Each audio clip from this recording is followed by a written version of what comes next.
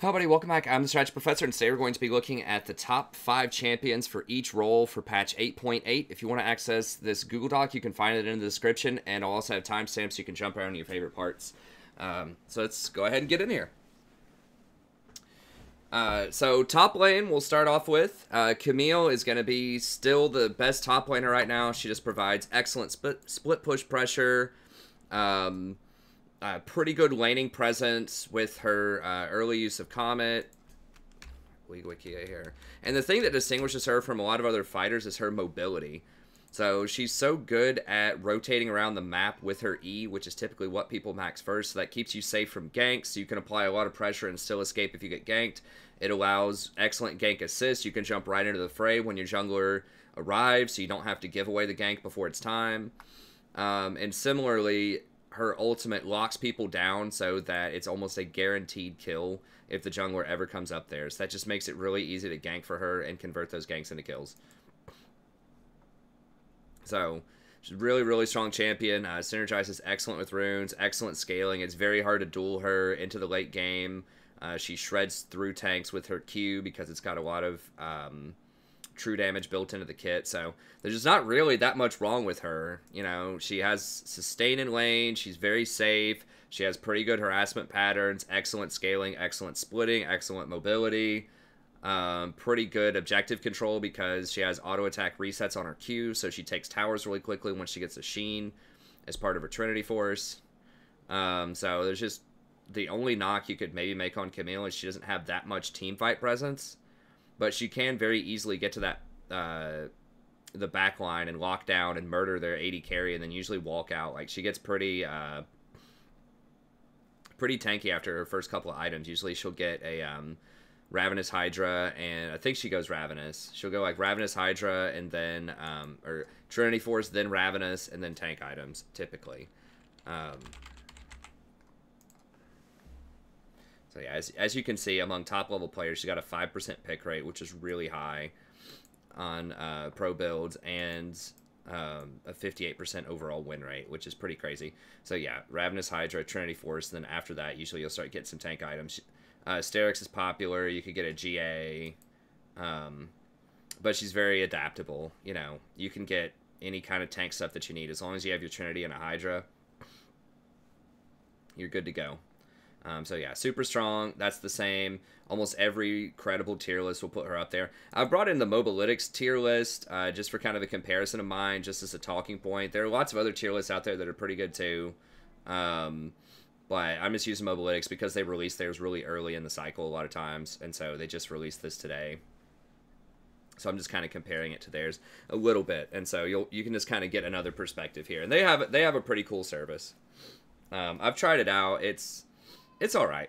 So I just wanted to show a little bit of comparison where I differ from some other popular sites. Okay, so Irelia is another one. I mean, one way that I differ also in the way that I set it up is I'm doing top 5 no matter what, so I'm not breaking it down into A, B, C, or D, or any of that, just top 5. Irelia is another one who's super strong on this patch. I called it. I said she was going to be really strong on release. They nerfed her like 6 times the day afterwards. And then she wasn't that great last patch, but I think people were still figuring out how to use her. People were figuring out the itemization that they wanted for her.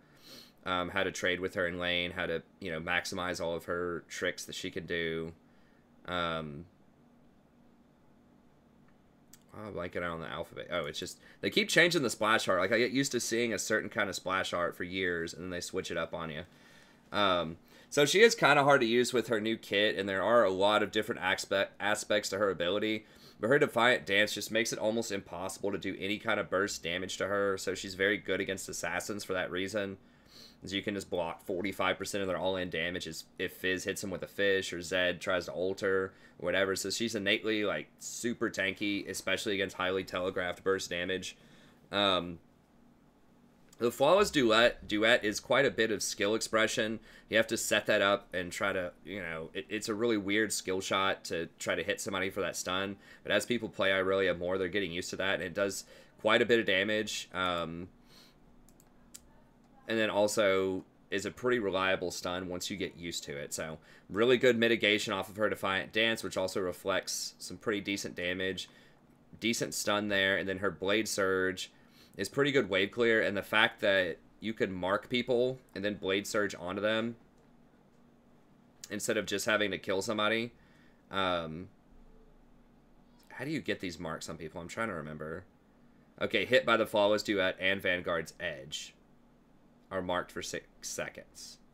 So when you hit them with the Duet, then you can double Blade Surge them for a ton of damage. And if you hit them with Flawless Duet, Blade Surge them, Vanguard's Edge them, Blade Surge them, then Blade Surge them again, you know, you can triple Blade Surge somebody, and that's like 300% AD with 450 base if you start chaining all of that together, because it refunds the target. So, you know, if you hit them with both of these abilities and you weave in a Blade Surge in between each one, then you get that cooldown.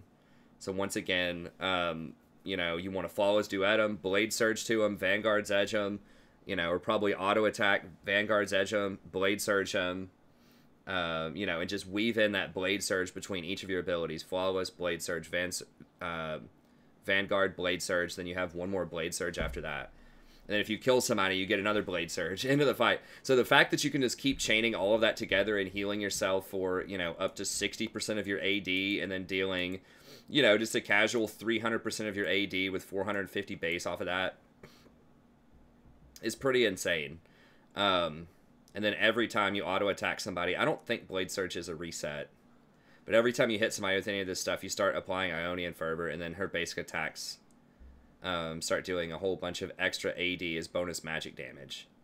And she gets a lot of attack speed and breaks down shields, so she's very good against Janna, Karma, Lulu, and a bunch of these other shield type of champions. So overall, really strong. And they did just nerf her ultimate, so it doesn't deal quite the ludicrous amount of damage that it used to deal.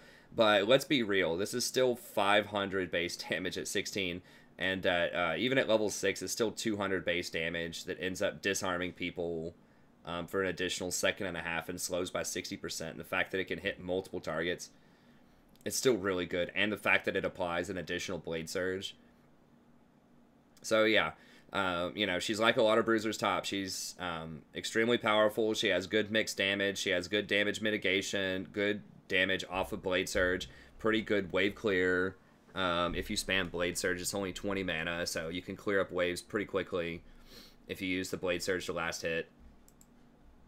So yeah, she's really, really strong right now.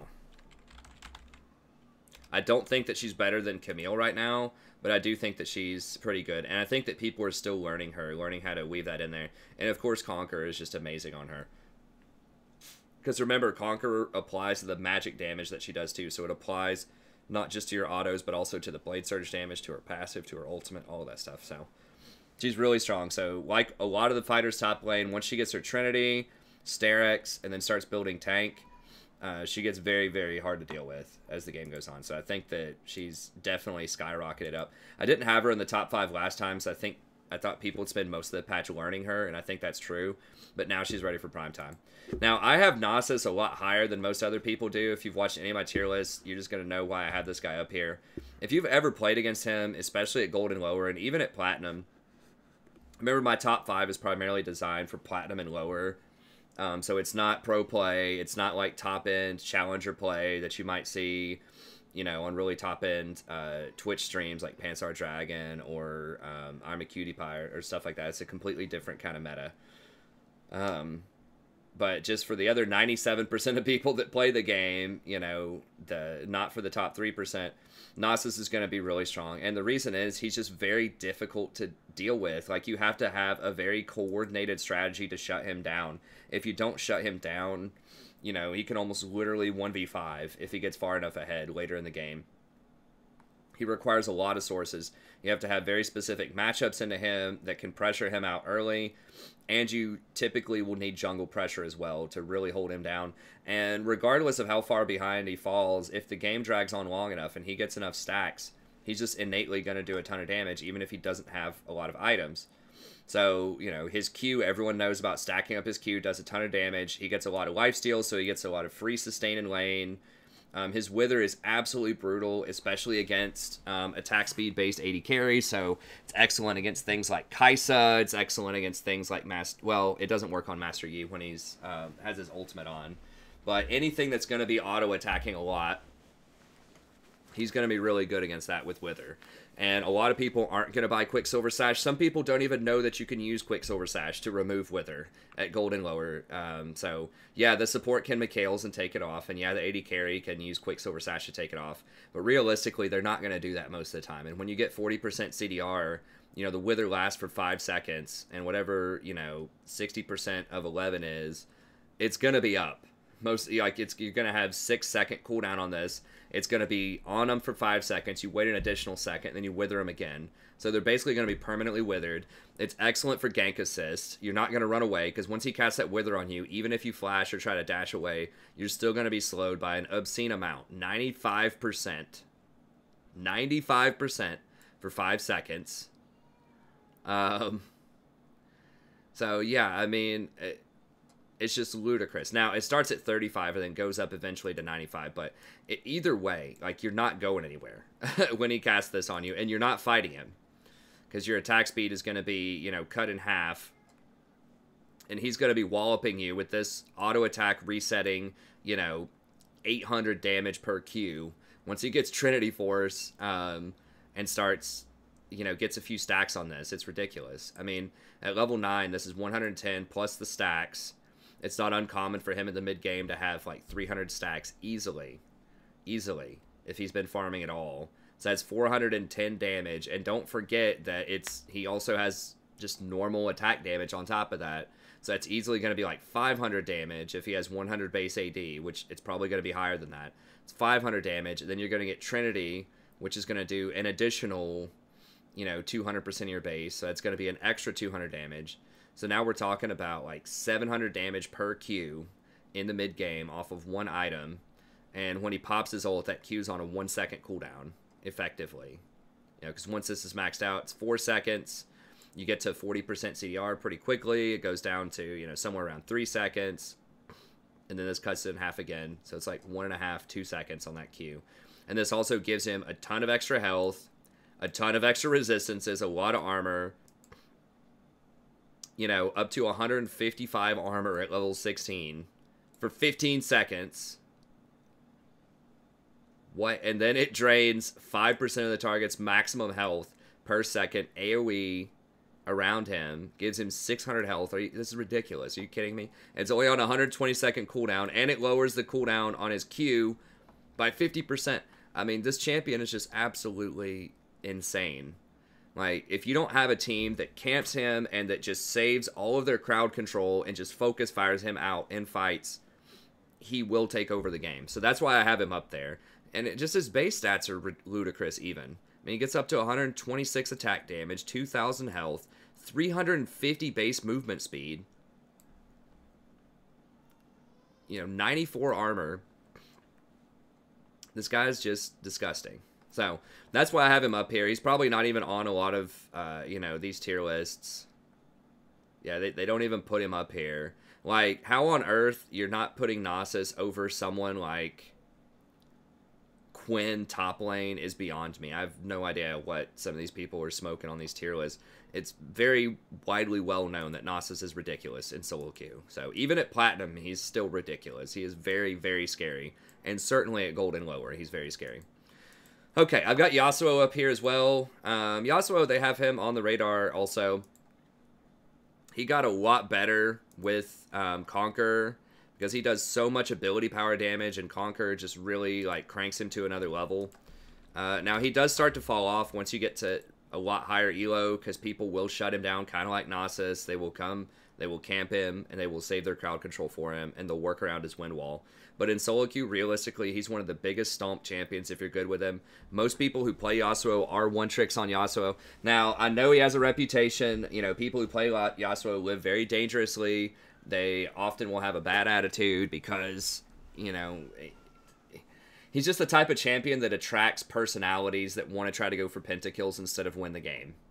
And that's not his fault. That's just the kind of people that like to play him. So everybody knows that Yasuo is basically a walking meme. But in all honesty, though, he is very, very strong if you get ahead on him. And he's pretty difficult to deal with in solo queue because people will just throw all of their abilities into that wind wall. And they just won't know how to play around him. So he's very dangerous.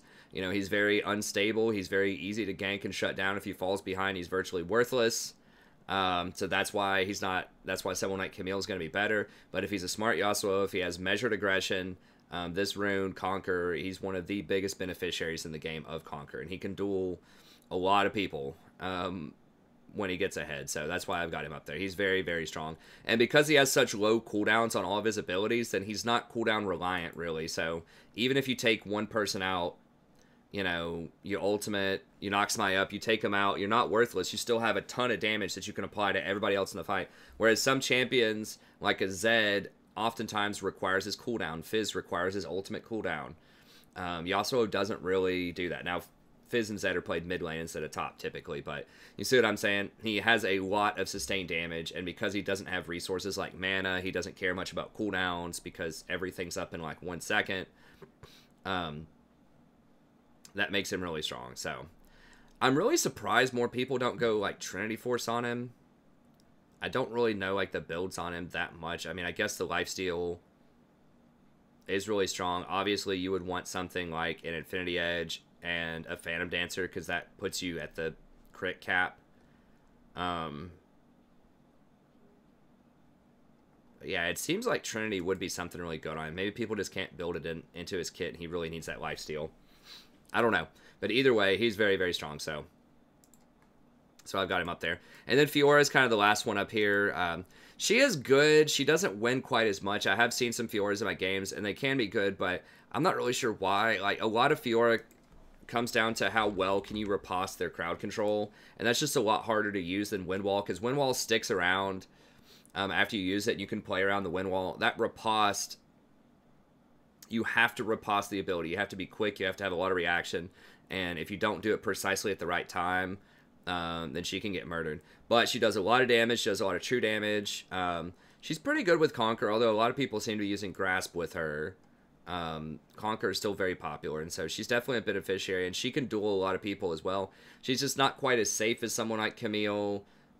She doesn't have quite the same level of raw power without her ultimate as someone like Yasuo has. But she's still very, very strong and a great duelist. And if you get that, if you kill the person that you ultimate, getting that heal off in the middle of a team fight, you're going to win that team fight. So she has pretty good utility in team fight because she has kind of like a built-in Janna ult off of her ult if you kill the person. Or if someone on your team kills the person after you pop a vital. So she's still going to be super strong. So, like, other honorable mentions or other people to think about here, I am not a big fan of Singed. I have seen really good Singed, but I've seen a lot of 3 and 10 Singed as well in my game. So, Singed, in theory, can be really good. He does have a decent win rate. But,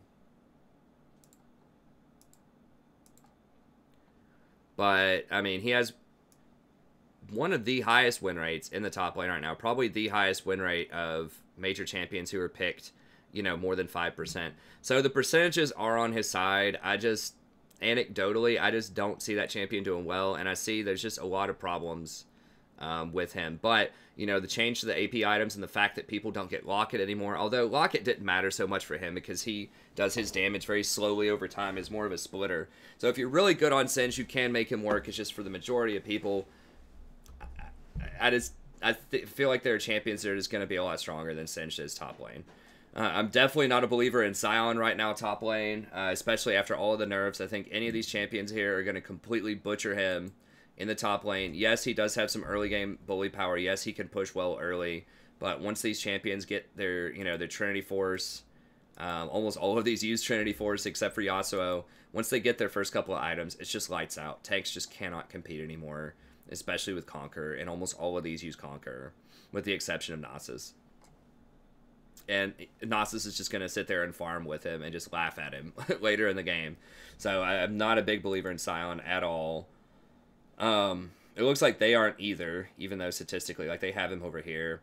Who else do they have in here? I think Kled is legit. Kled's really good. He's great with Conqueror. I don't see him a lot. I mean, he very well might be top 5 because he does have good initiation. And if you're really good, if you know, like, the limits of the champion, you know, like, when you can go all in and get your mount back and not die, he can be pretty good. So I think he'd probably be in the top 10 for sure. Darius is very good if you get ahead early on him. He does benefit from Conqueror. He can get shut down early. I just don't think later on he has the same kind of split push pressure because he doesn't have mobility. So I think potentially he can get outplayed and murdered later on, but he is very strong. Not a believer in Quinn. Jax is good. He has a worse early game than some of these other options, but he's definitely solid and worth considering. I'm not a believer in Aatrox. I think he's just too easy to kite. He just doesn't have enough utility. He's just an auto attack bot. So I just don't think that he does enough. Most of these other champions have some outplay potential. And they just bring a lot more utility. Like, all he does is auto. So he's very easy to kite. He's very easy to work around. So I think if you want a fighter, I would just go something other than Aatrox. So now if someone's just going to actually just sit there and auto attack with you, sure, he's great. He has some of the highest sustained damage in the game. But most of these champions will not sit there and auto attack him. They're going to use their cooldowns, or they're going to kite him, or just wait until they get help to deal with him. So I think he just doesn't do enough. Tryndamere okay. Like, he's a split pusher. He can do function similarly to someone like a Fiora or a Camille. I just don't think he has as much utility as they do. He's just a lot easier to deal with. Riven's pretty good, but it just doesn't have the same kind of utility. I don't see her perform as well either. I'm not really sure what's up with that. I think she doesn't work that well with Trinity. Like, her itemization is just off. I feel like she really needs lethality items to be good for her to be good, and that's just not the case right now. Did I close my pro builds? Let me see. So she just doesn't have good runes. She doesn't have good items right now. I mean, I guess you can go Death's Dance. Some people are going Conquer on her. To be honest, I haven't seen her that much since the Conquer rune. She's a pretty rare pick. But if you're really good, if you're like a one-trick on her, you can definitely make her work. So, I just think she's harder to pull off than some of the other fighters top lane. Okay, Alawi is still pretty strong. But let's go ahead and move on to jungle. I don't want this to be too long. I'd like this to be about an hour, and I'm already a little behind. So yeah, this is my top 5, but there's definitely a lot of viable stuff. Pretty much, if it's a fighter, if it uses Conquer, if it can split push, and especially if it uses Trinity Force, it's probably going to be good. That's the bottom line for top lane. And then some of the, cleaver users, like Alawi, like Kled, can also be pretty good top lane, especially if they use Conquer. Okay. So look at the jungle here. Warwick's still the king of the jungle. I have no idea why this champion hasn't been nerfed yet. I mean, pretty much everybody recognizes this dude's ridiculous. Like, his numbers are just through the roof. Like, just look at some of these things. Like, 6-second cooldown, 120% of your AD on a Q, plus 90% of your AP, plus up to 10% of their maximum health, and it heals you for that much as well. Why does it have 3 different forms of scaling on it?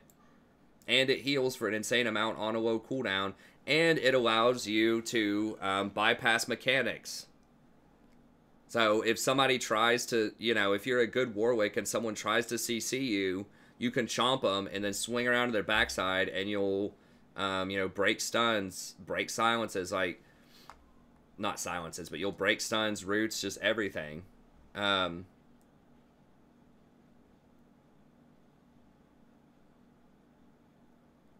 By contrast to crowd control immunity, other forms of crowd control will still be applied, but their effects will be deferred until the unit is no longer unstoppable. Okay, so he's immune to displacement, suppression, and stasis. I didn't know he was immune to stasis. What? So he can get out of a Bartle by queuing somebody? That seems weird.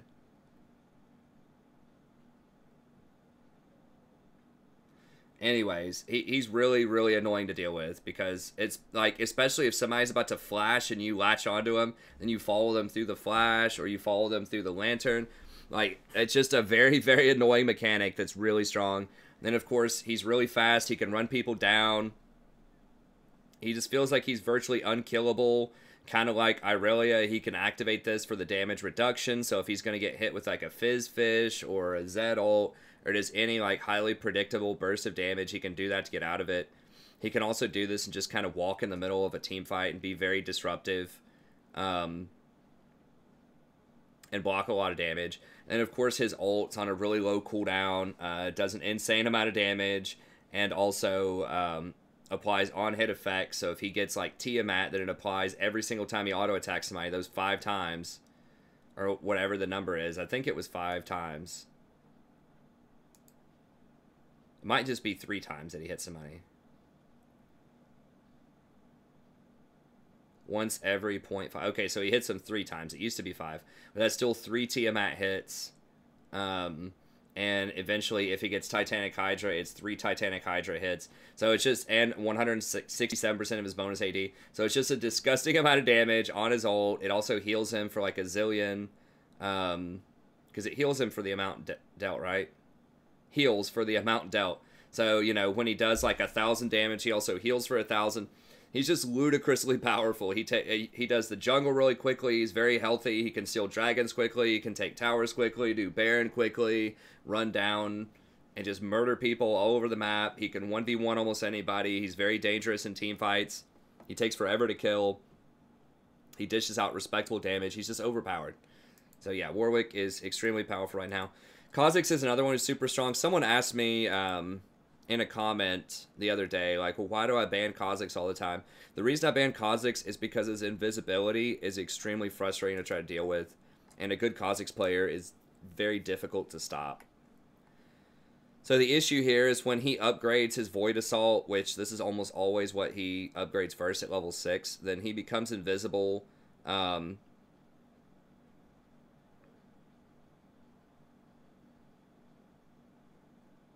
Is it for 3 seconds? Yeah, he goes invisible for 3 seconds, and then it persists for 1.5 seconds after he leaves a bush. So when he gets mobility boots and Ghost Blade, he can run around like almost through the entire jungle and just barely tap bushes. He gets around all of the wards. Control wards don't see him, and he can just zip from, you know, in like blue buff all the way through all the jungle and then jump into the mid lane and get all the way over there without anyone ever seeing him, even if the whole area is warded up.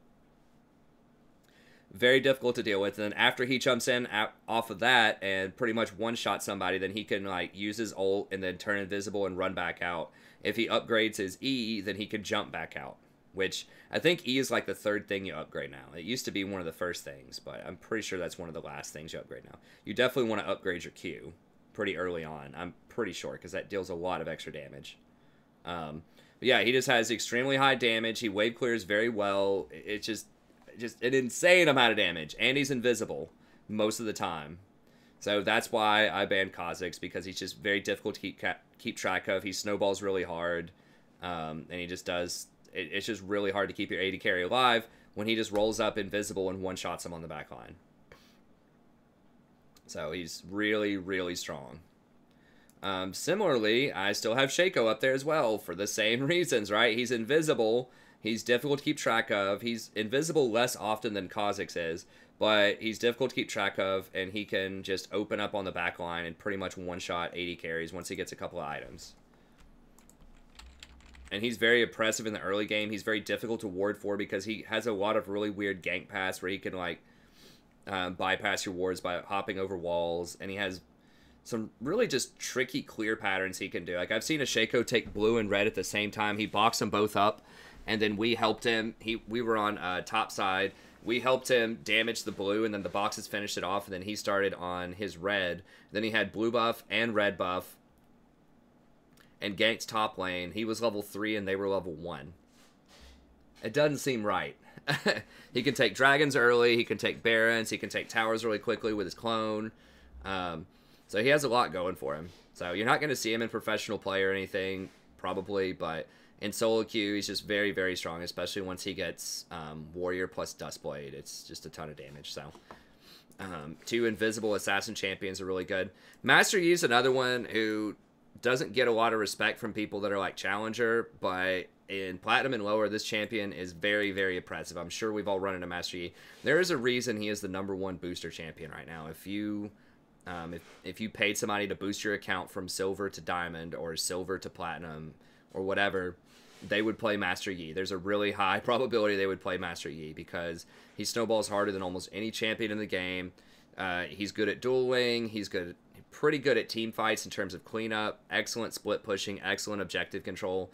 Like the only knock on Yi is I think his first clear is a little on the slow side and a little on the dangerous side compared to some other champions. He doesn't have any innate sustain.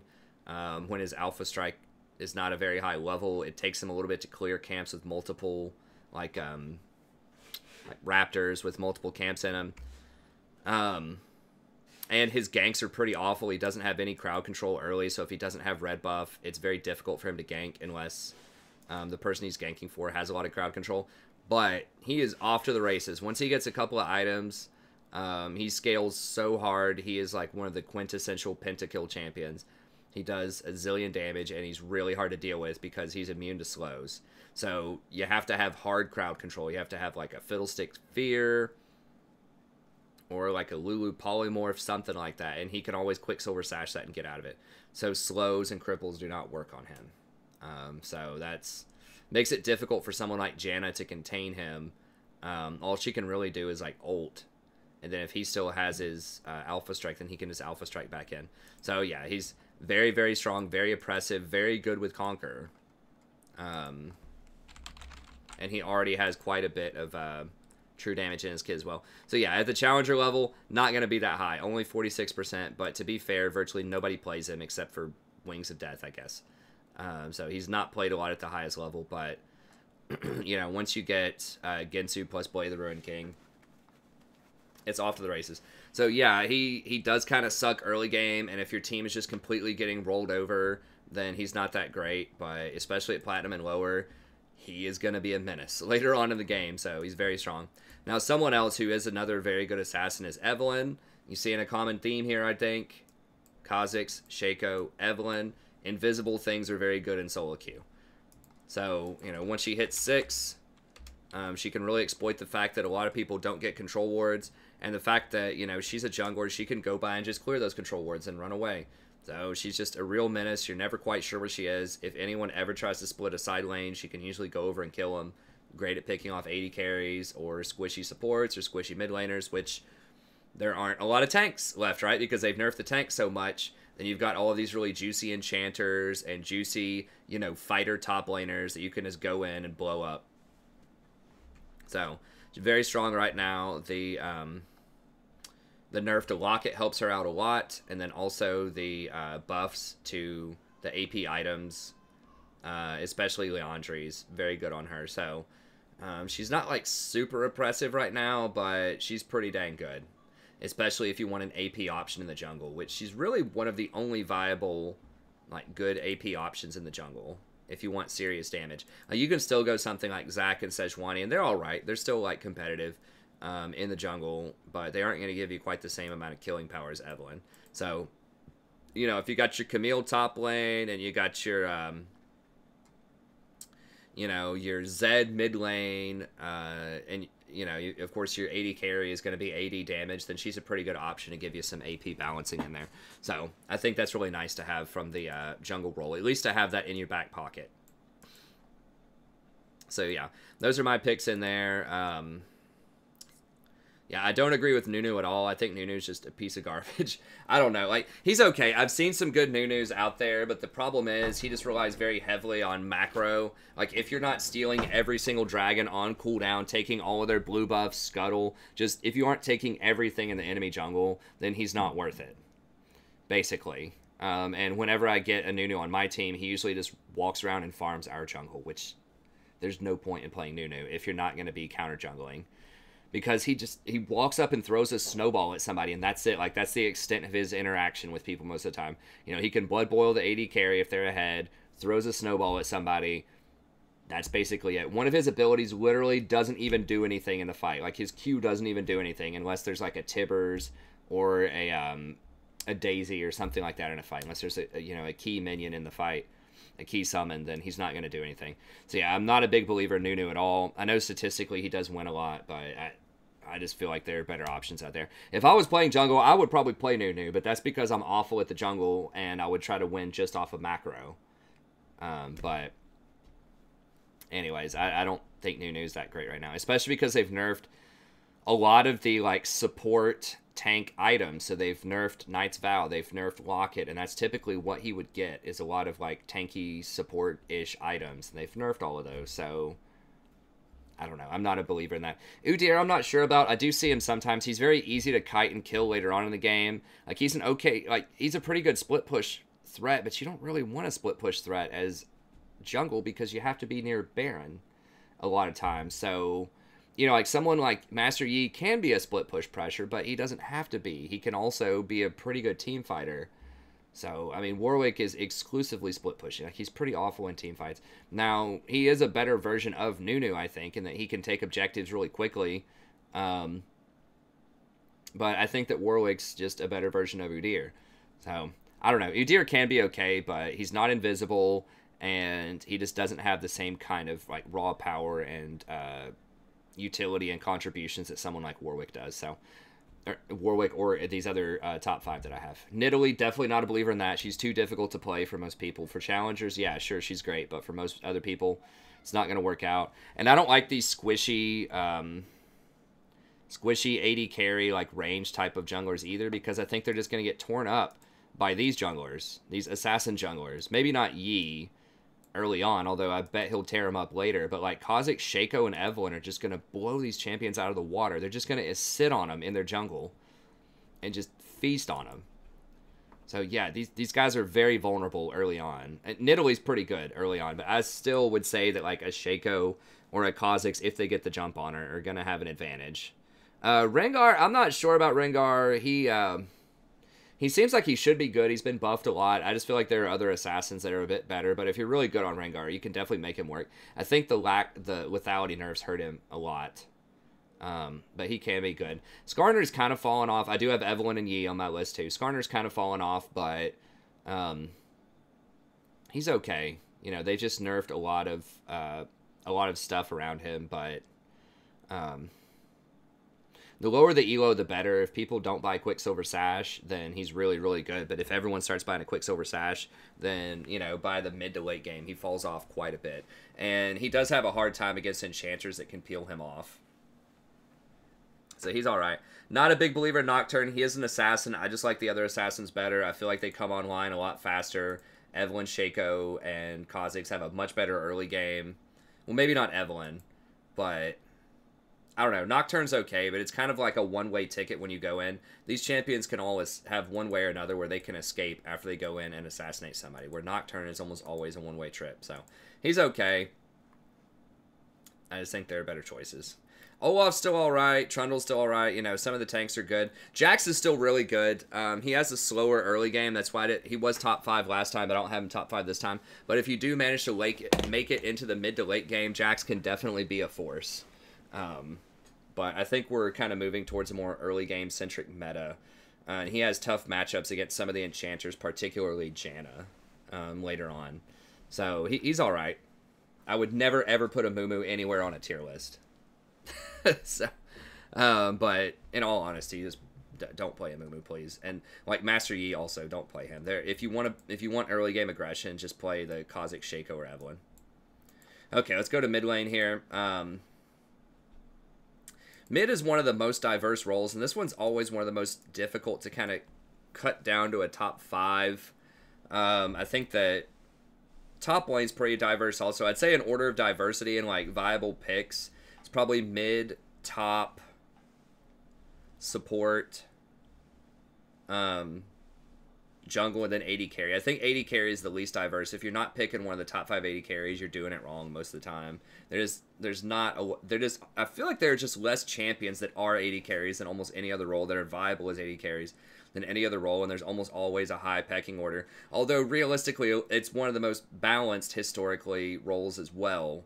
A lot of times, if there is an outlier, there's like one 80 carry that's like over the rest, but then a lot of them are hovering around that 49 to 52% range. So it's kind of balanced, but it's not very diverse. Anyways, mid lane first, then we'll talk about 80 carry. So with mid, I think Fizz is probably still the best assassin. He just does too much damage early on. He's difficult to punish. I did have a bad Fizz on stream the other night. Like, he got murdered by a Zir, and I was like, what? How does that even happen early game? But he just does a ton of damage. He's very mobile, and he's unique, like I talked about last time in the top 5, in that virtually no counterplay to him when he's ahead. Because when he fishes somebody and then goes up on his pole with his E, you can't interact with him. Like, as a support, I can't exhaust him. I can't use Janna to blow him back. I can't polymorph him with Lulu. Like, there's just nothing you can do once that he fishes somebody and gets up on that pole. They're gonna die. Like, when he lands on them. Most of the time. And that's pretty unique. Like, if LeBlanc goes in and starts to chain stuff together, you know, a lot of times you have a little bit of time, unless she's, like, mega fed, you have a little bit of time to exhaust, blow back, you know, interact with her in some way, polymorph her. But with Fizz, it's very, very difficult to do that. And I feel like he one-shots people at a much, much lower item threshold than a lot of other champions out there. So it feels like, you know, once he gets his Proto Belt, Lich Bane, then he just erases people. He roams very well. He can get over walls very well. He's very mobile. So, and his items are cheap, too. Like, getting Proto Belt early and being able to erase people with just that item. And then I think Lich Bane's pretty cheap, too. I think it's like 3,200 gold. The fact that he doesn't have to itemize for mana, because he usually doesn't have many mana problems, just allows him to just go for that raw power. So, he's just very strong with very little counterplay to him, and he's really good in a meta that's defined by squishy champions in all roles, basically. So if he gets ahead, it's probably going to be lights out. So that's why I have him up there. Anivia I have up here. She has very good wave clear. Wave clear is really at a premium right now because they keep nerfing wave clear on a lot of other champions. She has insane damage. She's very difficult to assassinate because you have to kill her twice, which in a team fight that's very hard to do because, you know, you can't focus her out while the rest of her team is beating on you a lot of times. So, it's just really hard to deal with her. She has excellent ratios, so like a 0.8 on her Q if you land the stun, a 1.0 on her E, and then every second is a, you know, 0.37, 240 base. So her damages are through the roof. She wave clears instantly. It's almost impossible to push through her. And she has pretty good utility. Like, it's just hard to get around her. Like, you have to try to run through a glacial storm to fight her or anyone else that's ranged on her team. You have to get through Crystallize. You have to get through her stun to the face. You have to get through her rebirth if you want to kill her. So it's just a real pain in the butt. If you ever try to team fight, it's just really hard to win if they have a competent Anivia on their team.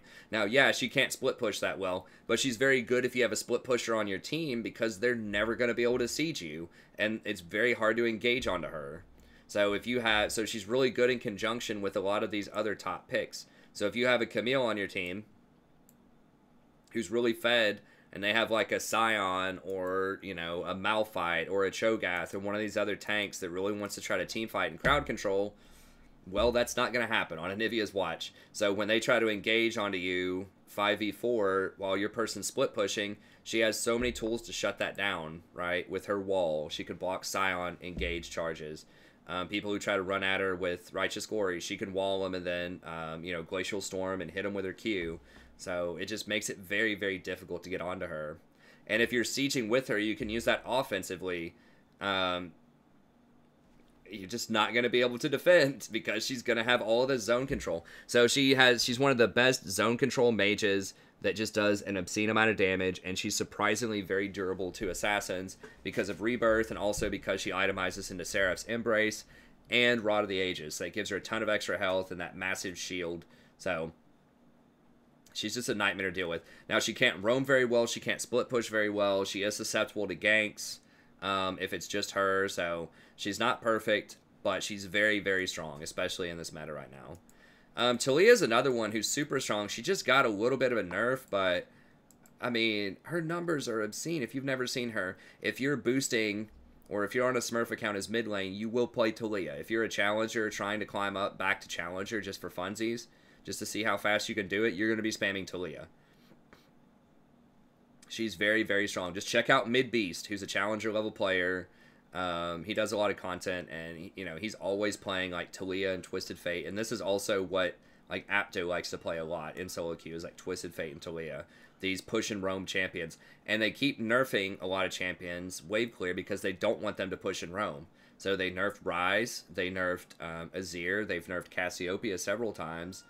They haven't really nerfed Talia. Yeah, they nerfed the cooldown on her Q early on, sure. So, like, you know, level 1 and 3, you can't push and roam as fast, but who does that? You know? By the time you get to level 5 and you have 3 ranks in this, it's only going to be 1 more second before you can Q again. And then you can still go ult down to bot lane. And then near the end of the game, it's still 3-second cooldown on this. A 3-second cooldown on an ability that does 442 base damage with a 117 AP ratio that, you know, could potentially hit multiple targets. What?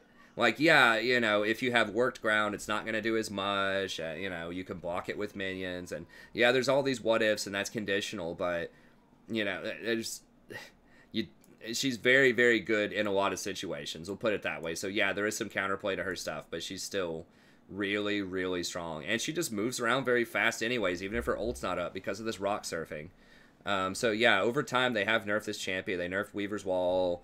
You know, they increased the mana cost on her Q. But in recent memory, she's still super strong.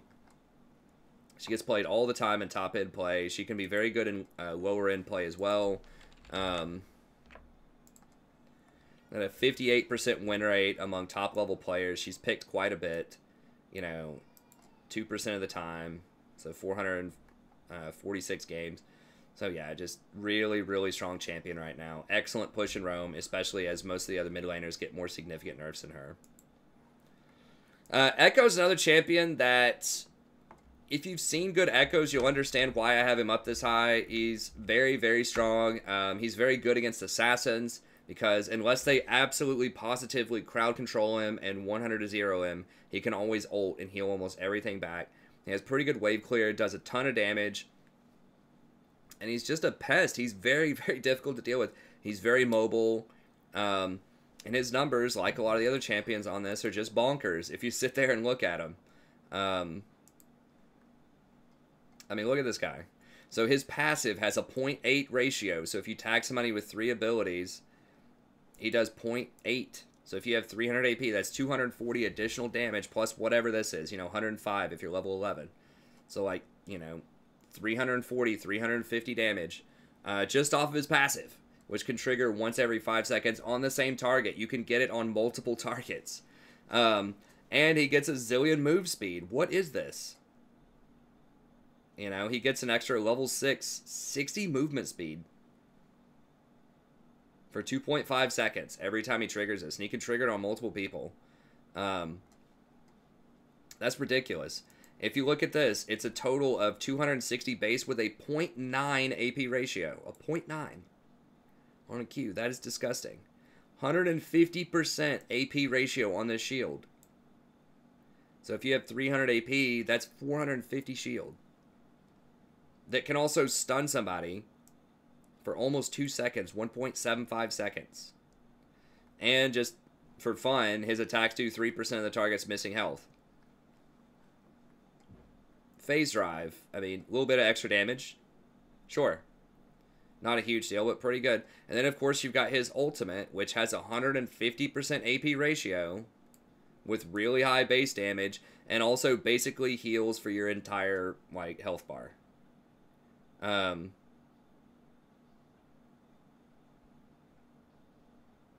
Okay, and if you go through, I don't even know, I guess you can zip through parallel convergence even if it's not in the convergence.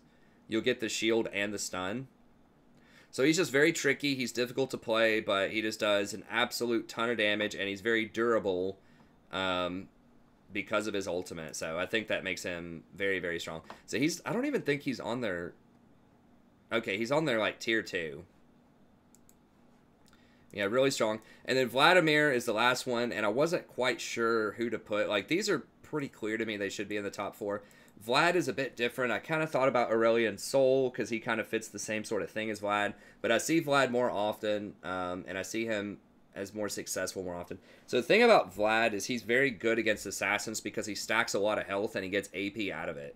So, you know, he's going to get things like, you know, like Protobell, Leandries, Shirelias, Rylai's. Like, these are all items that are, like, viable on Vlad.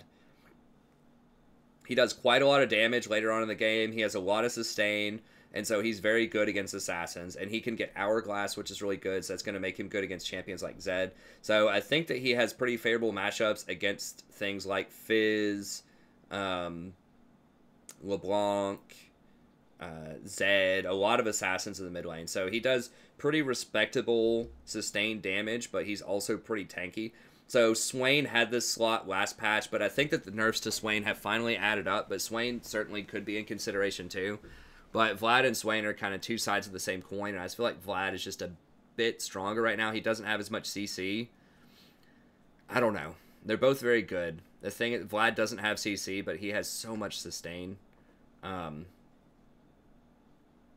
It's tough. You know, the 5th slot could be Vlad, it could be Swain, it could be Aurelion Sol, you know, it could be LeBlanc. I don't have LeBlanc here because, like, good LeBlanc players are going to be great on her with this new change, but most people will be terrible on her with LeBlanc, so it's tough. She's one of the harder champions to play, and if she falls behind, she can be really bad.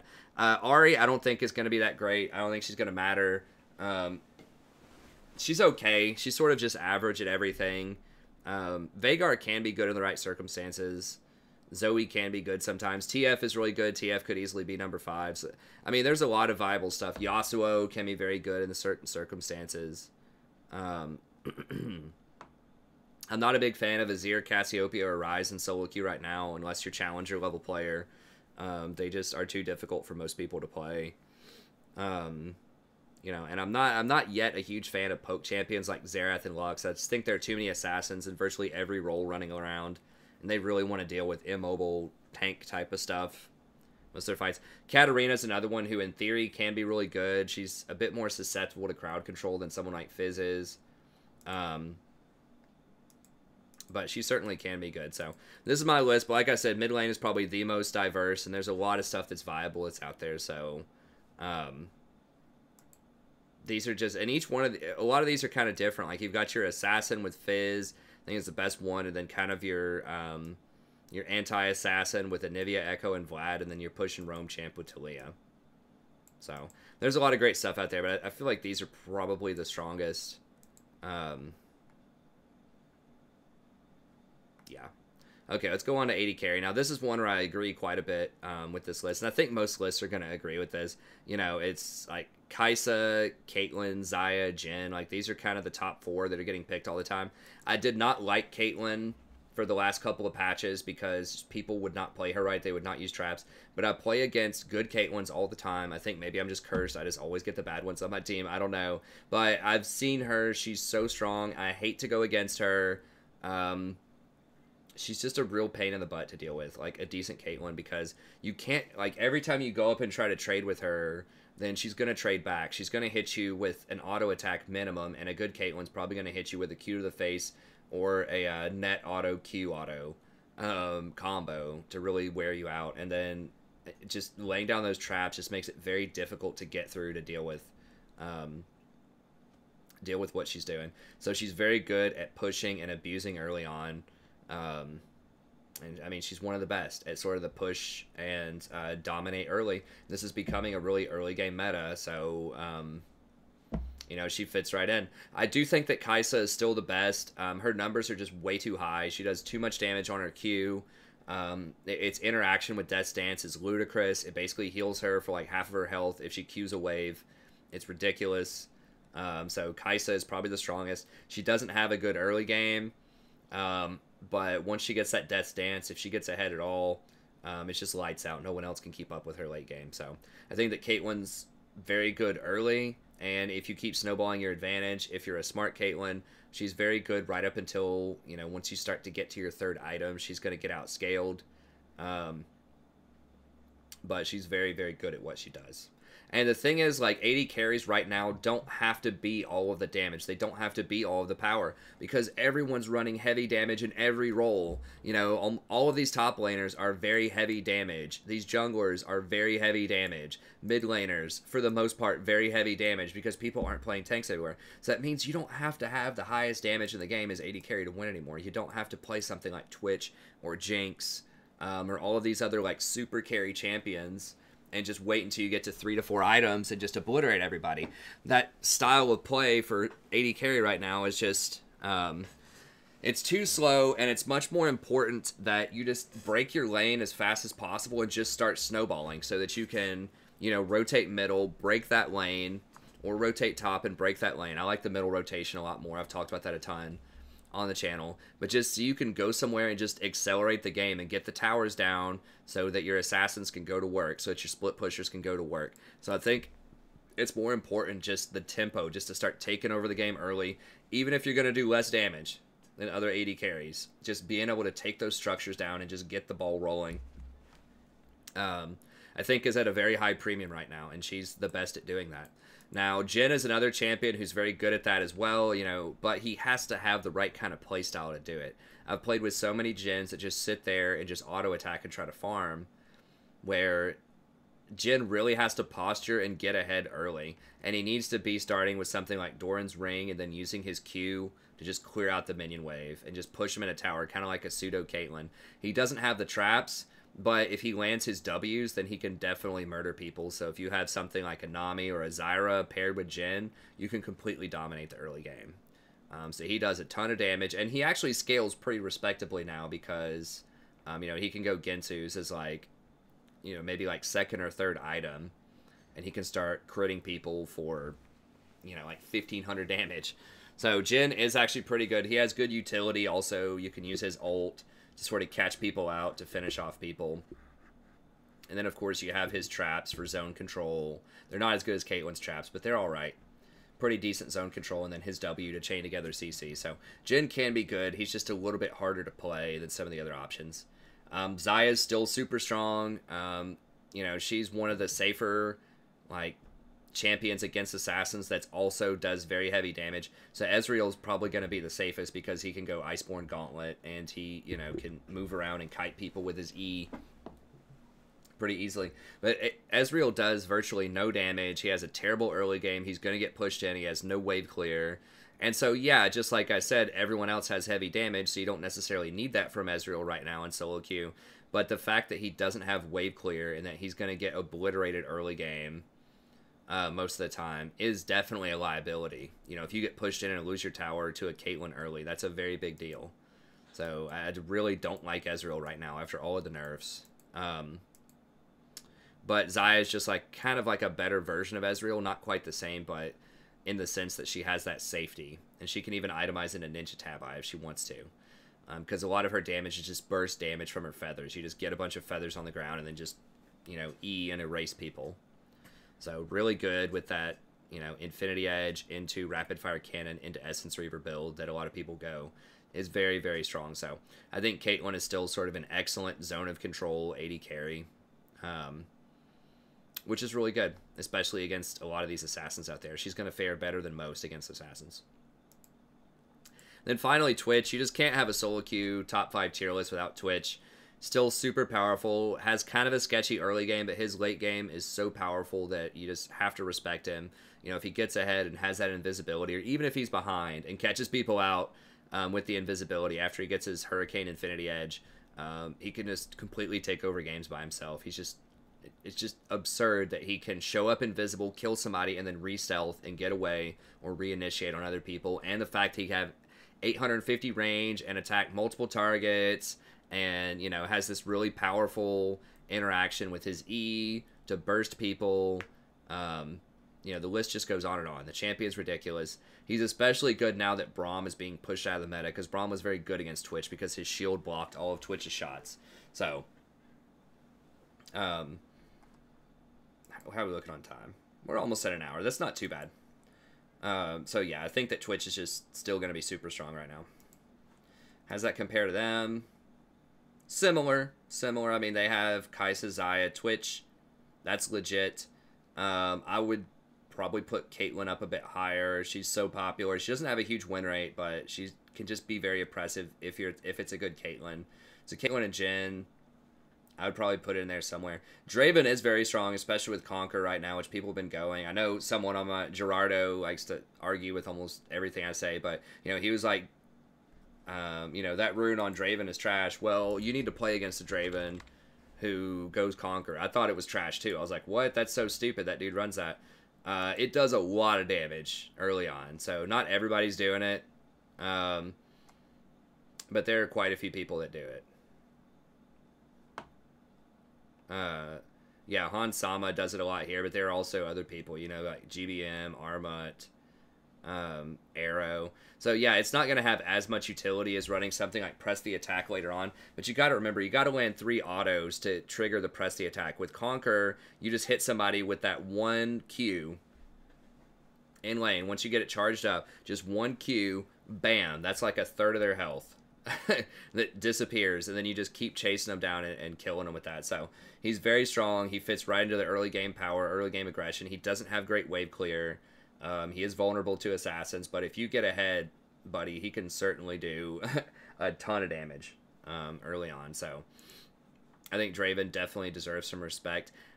I would probably pick these over Draven. These are just a bit more stable, have a bit more utility to them, but I do think that Draven is definitely respectable right now, especially if you one-trick him. I'm not a huge fan of Jinx. I'm not a huge fan of Misfortune right now. They just don't do enough early game, and they can just get blown out by some of these other champions. Sivir's pretty respectable. She has a good matchup against Caitlyn because she can eat her traps with her spell shield, and, you know, just she has excellent wave clear, excellent roaming. She can get picked off by assassins later, and she doesn't have the highest damage early on. Like, she really shines in organized team fights where she has like 4 items that can just get a lot of bounces on everybody. That's just not the kind of meta we're in. It's everybody's playing assassins and fighters, and they're just running around. Like, there just are not as many organized team fights that are lasting long enough for those bounces to matter. You know, fights are over like almost instantly, and it's usually people getting the jump on somebody else and killing them. So it's like Kha'Zix showing up invisible, Shaco invisible, Evelynn invisible, Fizz hitting you with a fish from the other side of a bush. You know, Camille just jumping over a wall and ulting you. So his fights are over pretty quickly these days. I just don't think that it's the meta for Sivir. She wants like tanks and team fights, so she can be okay. I just feel like there are better options most of the time. And then, yeah, I wouldn't play these. I mean, Kog'Maw can be really good. Like, he definitely can fight early. He has really good interaction with a lot of the itemization out there right now. Tristana is still pretty respectable. Her range is kind of bad early on, but she still scales all right. She's just a bit slower than some of these other picks. Her wave clear is not amazing. And then Varus, I think the change was definitely a nerf. I mean, the Q execution is nice, but he's okay. I mean, it's hard to go wrong with Varus if you're okay on him, but, you know, I just feel like he's particularly vulnerable to assassins if his ultimate's not up, so I don't know. He's okay. He's okay. Then supports, I have an entire support tier list video that I'm going to release probably by the time this video gets released, so stay tuned for that, where I go into a lot more depth about this. It's pretty much just Nami, Janna are going to be at the top. Every tier list is going to have them at the top. You know, they're just really strong right now. Excellent blind picks, excellent scaling, excellent bully power with Nami, scaling with Janna. Depends on what you want, but they're both really, really good. Some of the picks that I have higher than a lot of other people, I think Morgana is actually becoming extremely strong right now because people are picking engaged supports. You know, you're seeing more Leona, Thresh, Alistar, that type of stuff, and she's really good into that. And she complements this push style. So if you have like a Caitlyn or a Xayah or a Jhin who just wants to push in early on, Morgana can drop her little W on the wave and push it in, then just take free shots with her Q for harassment. And then later on, that Black Shield helps protect assassins. She's so good with assassins, because if you just Black Shield, you know, a Kha'Zix who's going in, or you Black Shield, you know, Fizz who's going in, or Katarina, if you can't crowd control the assassin anymore, they're going to do more damage than anyone else hardly, because they're balanced by the fact that you can crowd control them and they're squishy. But if you can't crowd control them, that makes them really, really strong. And that's part of what makes Morgana's Black Shield so powerful, is that it's just like a permanent immunity to crowd control, unless they do enough magic damage to break it. But a lot of times, you know, the damage is already done before they can break it. So that is really good. It also doubles as defense against something like a Fizz ult, or against something like a Katarina or a LeBlanc. It's a really big shield. I think it's like a 350 base shield when it's maxed out. So it's really, really nice at protecting his AP, but then also, more importantly, giving that crowd control protection to assassins is very good. I think Zyra's really good too for the reasons I've talked about before. She's the premier AP early game bully. Excellent pairing with early game strength like Caitlyn, Xayah, Jhin, Draven. Great with those picks. Really good at abusing some of these squishy champions early on, like a Janna, Karma, Sona, all of these champions. She can just push them in and beat them up early on. And the fact that Locket is so terrible right now after those nerfs means that Janna shines even more later into the game because people can't go Redemption Locket as comfortably as they could before. So she's going to be relevant for a lot longer. And then I think Soraka is kind of sleeper right now. It's strange because Soraka is such a good pick into Morgana, Janna, and Nami because she's going to outscale in terms of healing and she can bully them out in lane. But she's also pretty vulnerable to assassins. So that kind of puts her in an odd spot where, you know, if the enemy has something like a Fizz or a Zed or something like that, she's going to be bad. But she could potentially be good into something like a Talia or a Vlad that take a bit longer to do their damage. So usually she's a lot better in tank metas, but I think that she's definitely really strong into the current supports. It's just a question of, are there going to be too many assassins? So if you want to play Soraka, make sure you see their support first and then make a decision off of that. And ideally, at least see their mid laner first to see if it's going to be an assassin. But in the right circumstances, she's extremely powerful and borderline oppressive. Okay, but that's going to be it. Thank you very much. Hopefully you enjoyed this. You know, there's a lot of diversity, a lot of different opinions out there, but this is, you know, what I think is going to be strong for these different champions. So, you know, let me know if you have any questions or comments in the chat. Go try these champions out. They're really strong right now. And I'll see you next time. Have a good day.